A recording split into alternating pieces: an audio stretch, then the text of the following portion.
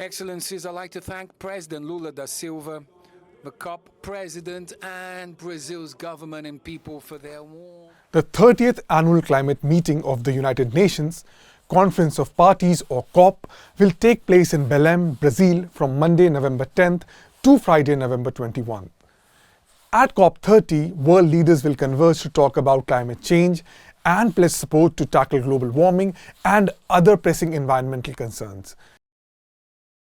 COP30 takes place 10 years after the Paris Agreement of 2015, wherein 195 countries agreed to hold the increase in global average temperature to well below 2 degrees Celsius above pre-industrial levels, and pursue efforts to limit the temperature increase to 1.5 degrees Celsius above the pre-industrial levels.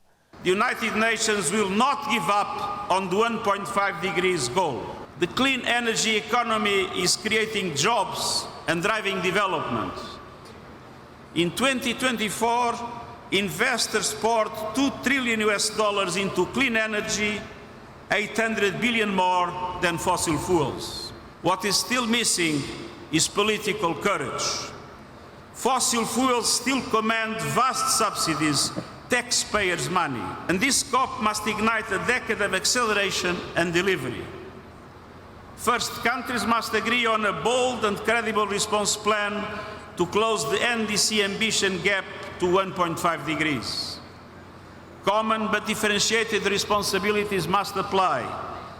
This means supercharging renewables, electrification, and energy efficiency, building modern grids and large-scale storage, halting and reversing deforestation by 2030.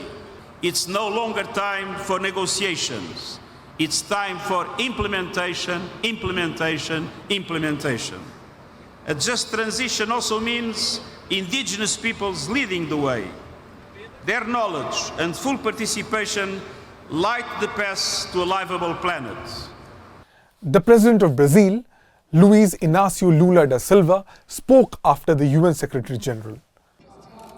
After more than 30 years after the Earth Summit in Rio, the Climate Convention comes back to the country where it was born.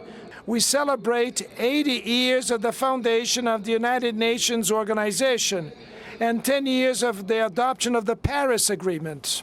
And the year 24 was the first year where the average temperature of the Earth has went beyond 1.5 degrees above the pre-industrial levels. Science shows us that this rise will extend itself during a period or even decades, but we cannot abandon the objectives of the Paris Agreement.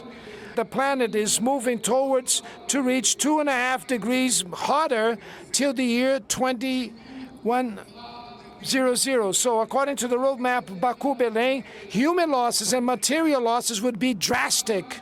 More than 250,000 people can die each year. For Brazil, COP30 would be the ultimate point of a road that was paved during our chairmanships of the G20 and the BRICS. I am convinced that although we face difficulties and contradictions, we need the roadmaps to plan in a fair way, reverse the deforestation, overcome the dependency on fossil fuel, and mobilize the necessary resources to reach these objectives.